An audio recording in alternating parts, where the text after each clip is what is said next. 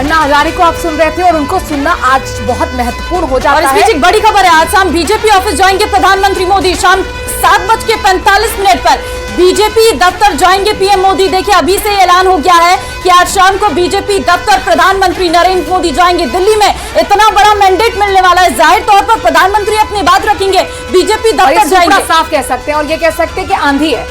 शैलेश कौशिक जी जैसा सोचा था वैसा ही हुआ है। गदा भी भगवा लहरा रहा है और कमल का झंडा भी लहरा रहा है। शैलेश जी आपका आज का दिन है, जरा बोलिए।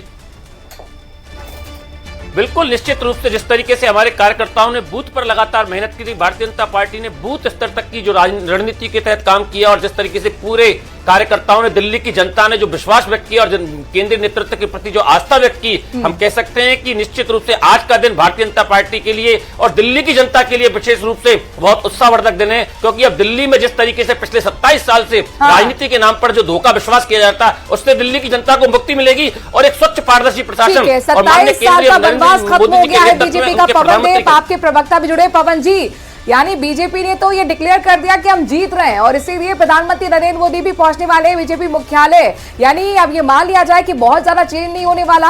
आप तैयार है विपक्ष में बैठने के लिए? क्या आपने भी ये कबूल कर लिया? देखो, सबसे बड़ी बात तो मैं ये कहना चाहूंगा मेरे साथी प्रवक्ताओं को कि अभी अंतिम परिणाम आना बाकी है और कुछ सीटें ऐसी जिससे बहुत कम मार्जिनों की ऊपर नीचे चल रहा है। तो प्रधानमंत्री की तरफ से जानकारी मिल रही है कि वो पहुंच रहे हैं। आम आदमी पार्टी भी 6 से 7 सीटों पर 500 से कम से जीत रही है। ये भी गैप कम होगा। रमेश भिदुड़ी अब क्योंकि आगे वो लगातार चल रहे हैं, उनको सुनना बेहद। मंत्री के बारे में कैसी भाषा का उपयोग केजरीवाल जी ने किया है। भारत की सीमा पर प्रहरी हमारे सैनिक पुलवामा में अंदर पाकिस्तान को जाके सैनिकों को ठोका है उन्होंने, उनके लिए सबूत मांगने का काम केजरीवाल ने किया है। ये देशद्रोही वाली मानसिकता है, तो भारत विरोधी इनकी सोच है। ये अर्बन लेक्सलाइट टाइप के लोग हैं। मुख्यमंत्री की चूज कौन रही है? मुख्यमंत्री की चूज हो रही है जिनके परिवार ने अफजल गुरु की माफी, जो संसद पार्लियामेंट के अंदर अटैक टेररिस्ट था, उसको माफ किया जाना चाहिए। उसकी कोई अगर मर्सी पिटीशन डाली तो आतिशी जी के मदर फादर ने डाली थी। पार्टी कोई बड़ी जिम्मेदारी देती है तो क्या कहेंगे सर? मेरे लिए बहुत बड़ी जिम्मेदारी है। 3 बार विधायक मुझे बनाया, 2 बार सांसद बनाया। इससे बड़ी जिम्मेदारी पार्टी को क्या देगी? देश के अंदर 145 करोड़ लोग हैं, राजनीति में 10,000 लोग हैं और मैं उन 10,000 लोगों में से पार्टी ने मुझे बना रखा है, तो इससे बड़ी मेरी क्या पार्टी जिम्मेदारी देगी? रमेश भिदुड़ी जीतते हुए नजर आ रहे हैं। बीजेपी के नेता है, लगातार लीड बना रहे हैं। कालका जी और आतिशी पीछे चल रही है, अलका लांबा पीछे चल रही है। पवन देव जी, उनसे तो अब ये सवाल भी पूछे जाने लगे हैं कि क्या आप मुख्यमंत्री की रेस में हैं? मतलब ये मान लिया गया है कि बीजेपी अब जीत की तरफ आगे बढ़ रही है, क्यों? देखिए 12:15 होने वाला है। तस्वीर तो आपको लग रहा होगा, समझ रहे होंगे आप। 43-27 बहुत बड़ा डिफरेंस है। ये स्वीकार कर लिया आपने? देखो, हमने अभी कुछ स्वीकार नहीं किया है। अभी अंतिम परिणाम आने दो, उसके बाद ही हम निर्णय करेंगे कि आखिर दिल्ली का रुझान क्या था और दिल्ली ने अपना मत किसको दिया है। हमारा एक ही काम में हमने जनता के लिए संघर्ष किया था और हमारी पार्टी का जन्म भी संघर्ष के साथ ही हुआ है।